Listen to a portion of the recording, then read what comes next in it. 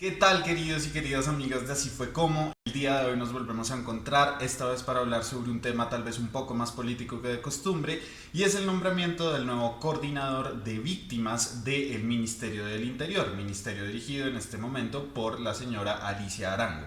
Este nombramiento va a hacerse a una persona que se llama Jorge Rodrigo Tobar Vélez. Este personaje es el hijo de un ex paramilitar llamado Rodrigo Tobar Pupo, alias Jorge 40. ¿Qué es lo problemático de todo esto? Esto es lo que vamos a averiguar juntos en esta entrega de Así Fue Como.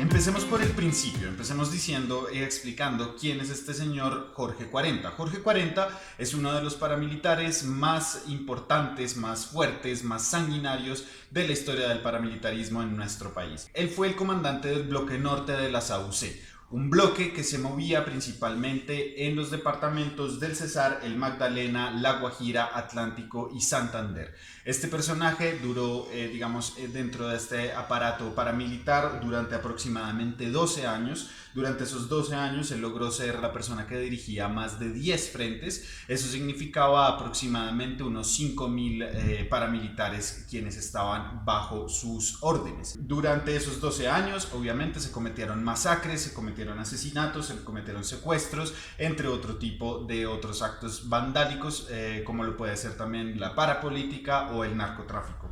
Entre las masacres más recordadas, también debido a su crueldad, vamos a tener la masacre del Salado, que va a terminar con la vida de 60 campesinos, que van a ser torturados, degollados y descuartizados. Esta se realizó en el año 2000. En ese mismo año también se va a asesinar 40 campesinos en un lugar llamado Sitio Nuevo.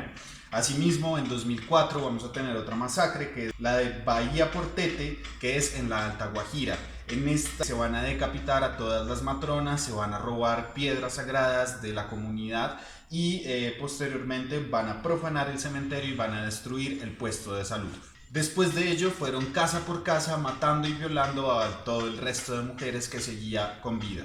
Además de ello, también se recuerda mucho un acto cometido por los hombres de este señor, que fue el secuestro y el posterior asesinato de 7 miembros del cuerpo de investigación de la fiscalía, que estaba exhumando unos cuerpos que obviamente iban a terminar incriminando a los paramilitares. Además de ello, en 2006, un grupo de agentes del Estado va a dar con el paradero de un señor que se llamaba alias Don Antonio. Este personaje va a ser capturado y a partir de allí vamos a encontrar unos computadores que pertenecían directamente a lo que era todo ese bloque de Jorge 40.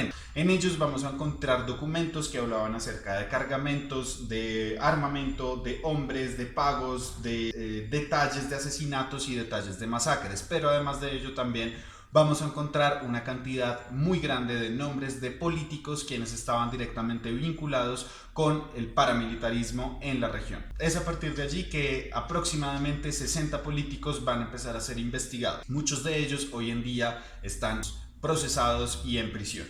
Aquí hay que especificar que Jorge 40 al parecer ejercía como un gran mando político dentro de la región y era él quien daba el aval a las personas para decidir si se podía o no ejercer cargos públicos. Jorge 40 es una persona que va a asumirse dentro de todo lo que fue el proceso de paz con los paramilitares adelantados durante el gobierno de Álvaro Uribe Vélez. Este proceso de paz va a dar, la oportunidad a los paramilitares de contribuir con la justicia y así ganar simplemente 8 años de prisión. Es algo que se contempla generalmente dentro de lo que son las justicias transicionales.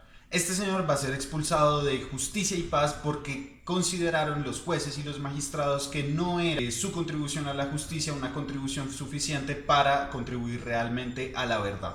Él negaba constantemente diferentes tipos de cosas que ya estaban bastante obviadas dentro de su proceso, como por ejemplo lo era el tráfico de narcóticos a Estados Unidos y a otras partes del mundo, y también como lo era la parapolítica. Y es por eso que Estados Unidos va a pedir su extradición para que pague allá 16 años y medio de prisión. Ahora, ¿quién es su hijo? Su hijo es un abogado de la Universidad del Rosario con especialización en derechos humanos. Este señor va a trabajar en la alcaldía de Valledupar, va a trabajar también en la oficina asesora de paz de la gobernación del Cesar y va a trabajar también en la Organización Internacional para las Migraciones. Allí, en esos cargos, obviamente va a entrar en directo contacto con lo que son las víctimas, y desde muy temprano pues se va a ver que tenía y tiene probablemente una gran iniciativa frente a la paz en el país. Es decir, este joven realmente ha demostrado tener un compromiso con este tipo de actitudes reparadoras, reconciliadoras, entre otras. Posterior a ello va a ser asesor del Congreso, de una persona del Centro Democrático, y va también a empezar a trabajar en el Ministerio del Interior. Entonces, ¿cuál es realmente el problema de su nombramiento? Si esta persona realmente ha demostrado estar, digamos, como acorde a los principios de ese cargo. La importancia aquí no es tanto quién es él, sino lo que él representa de cara a un grupo de víctimas. Durante el gobierno de Iván Duque hemos tenido varios y diferentes nombramientos que han sido bastante polémicos dentro de la opinión pública y han ofendido a diferentes sectores de víctimas. ¿Por qué ha pasado esto? Porque las personas que él ha elegido tienen o han tenido opiniones bastante hirientes frente a ciertos grupos de víctimas, como lo pueden ser las víctimas de crímenes de Estado o como lo pueden ser las víctimas de los paramilitares. Nombramientos del tipo puede ser el nombramiento del señor Darío Acevedo como director del Centro Nacional de Memoria Histórica, o como el posterior Museo Nacional de Memoria Histórica, que va a ser dirigido por el señor Fabio Bernal. Ambos de ellos, digamos, muy militaristas, personas que tienen grandes cercanías con una cúpula política específica que no necesariamente ha demostrado estar del lado de los acuerdos de paz, de la reconciliación, de la restitución de tierras, de la erradicación humanitaria de cultivos ilícitos. Esto lo que hace y lo que causa es que haya una constante revictimación de las personas, y esto podría ser entendido como una violencia simbólica hacia las víctimas. Yo les hago una pregunta: ¿qué sentirían ustedes si de repente la persona que está encargada de llevar su proceso como víctimas es el hijo de su victimario? Sería obviamente bastante hiriente, y esto es justamente lo que pasa. No es él el problema es su padre, y lastimosamente, así como no podemos responsabilizarnos de los actos de nuestros padres, tampoco podemos obviarlos y pensar que nunca pasaron, sobre todo cuando en varias ocasiones este joven ha dicho que su padre no es un criminal, sino es un preso político. Esto tiene un gran peso, porque hay que entender y hay que aceptar que así como se han construido verdades históricas, esas verdades tienen que ser respetadas y no deben ser tanto politizadas. Sobre todo, pues se entiende que esta persona debe querer a su papá y es por eso que la debe intentar defender, pero entonces ahí entraríamos a tener conflictos de intereses frente a las víctimas que vayan a llegar a su despacho y sus propios intereses que están ligados a los intereses de su padre. Además, hay que decirlo y hay que dejarlo bien claro, este señor va a ser muy pro paz hasta el momento en el cual va a empezar a militar para la campaña de Iván Duque en el 2018. A partir de ese momento, él va a dejar de lado todo eso que venía adelantando un poco y va a empezar a cuestionar de maneras diferentes lo que era el acuerdo de paz y lo que era, por ejemplo, la justicia transicional.